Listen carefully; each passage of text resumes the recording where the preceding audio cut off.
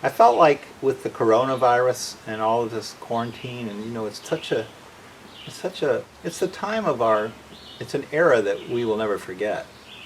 I mean, we kind of take it for granted right now that we were going to wear a mask. I don't have my mask on right now, but um, it, when we're in the middle of it like this, it kind of becomes normal. But I think 10 years from now, we'll look back and say, gosh, remember that isolation we went through?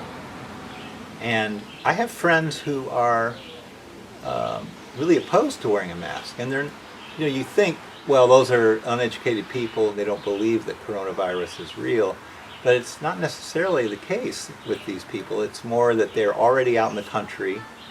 I have tremendous respect for them. They live off the land, and they're more sensitive to their freedoms being taken away, I think, than we are in a more, not that we're in a dense population here in Quechee and in White River Junction or Hanover, but it's more dense than it is in Chelsea or Washington. Anyway, Christina Sykos, I don't know if you know who she is. She's I think a very fine songwriter, singer, and she's very articulate. And she made me think about the whole piece of what we were going through in a two-sided way, and so I put together it kind of turned a key for me for a song called Coronavirus, of course.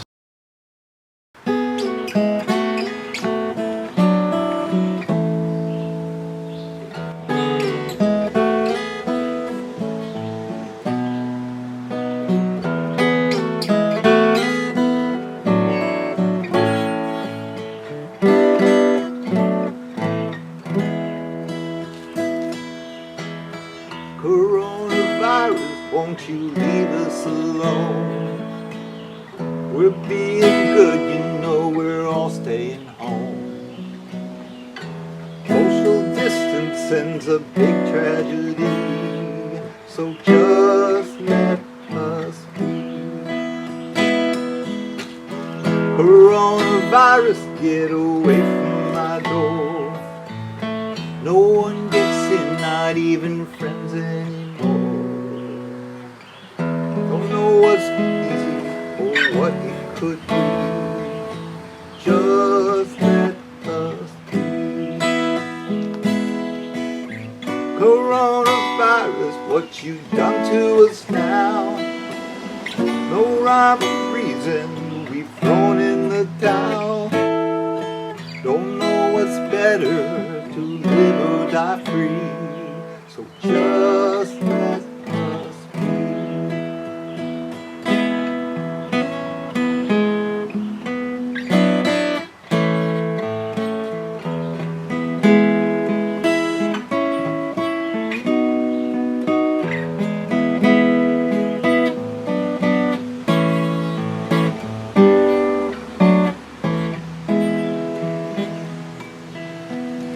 Coronavirus, I ain't done nothing wrong.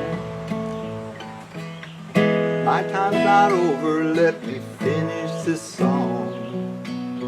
Don't know what's better, to live or die free. So just let us be. Just let us be. Just let us be.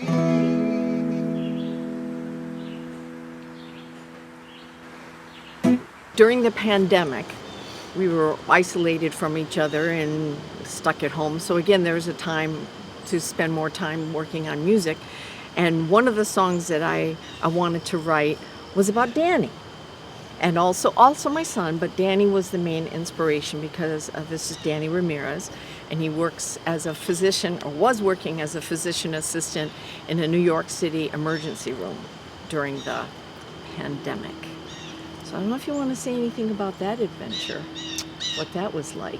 Well, it was definitely a difficult experience, but the providers and the people that you work with kind of keep you going every day. And sometimes it feels like there's no end in sight, but I think it's it's important to remember sometimes the the night's darkest just before the dawn, and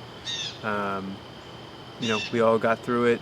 A couple people got sick, most people didn't.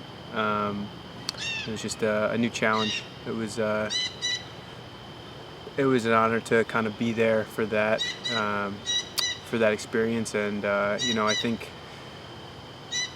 as time goes on, we're getting better and better at kind of treating this thing and learning more about it. So yeah, I'm optimistic for the future. I think there's probably going to be things might get a little worse before they get better, but I think there's enough good minds there to figure it out. So hopefully this winter isn't too bad. Vermont's been a great escape, and I think it was on the news yesterday. It was like Fauci was touting Vermont as the model for everywhere else. So I will miss it. Miss a little bit of the chaos down there, but it's nice to have some space and some openness up here. Okay, I don't know if I'm going to be able to. This is where it's good that you edit a lot, because I haven't done this song for a while and I'm not sure if I'll get through it, so I'll try. Okay. Steady and faithfully working, night after night, day after day, so much time healing others, put you right in harm's way. Well, now you see what I see. I gotta try. Now you see what I see. Know what I've known all along. Danny is one of our heroes. I can't hold him right now, but we'll touch through a song. That's sort of how it goes. But the idea was he was down in Brooklyn, wanted to recognize his work and wanted to give him a hug, but we couldn't. So I did the song for him instead. And then I did it for my son, and I said, Joseph is one of our heroes. And so I just changed it, or I did it for a grocery store clerk stocking the shelves, because he was out there. This particular young man that I think of had a lot of health problems, and he still worked. I saw him at the co-op. He kept working all the way through it.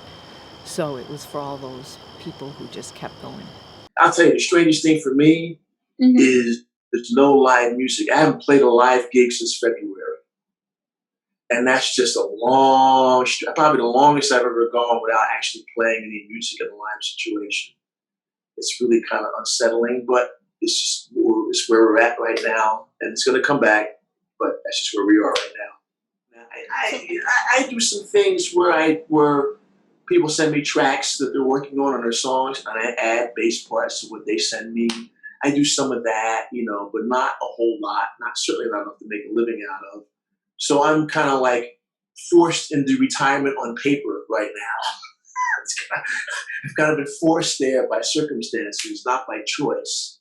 And everything that I had that was going to be working this year was just blown out of the water.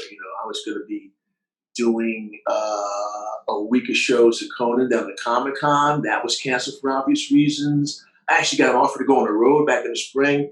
That got blown out of the water. I was going to go over and do, with Jimmy Vivino, we were going to go over and do Joe Bonamassa's Mediterranean Cruise. That got postponed till next summer. So everything I had that was going to be musical was just went away. It went away.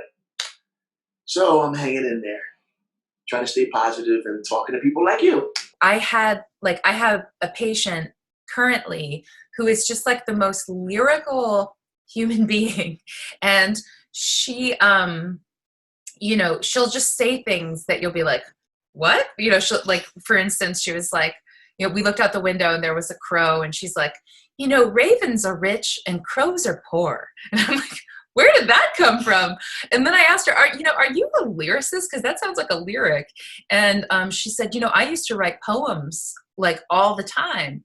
And so we started exploring songwriting together.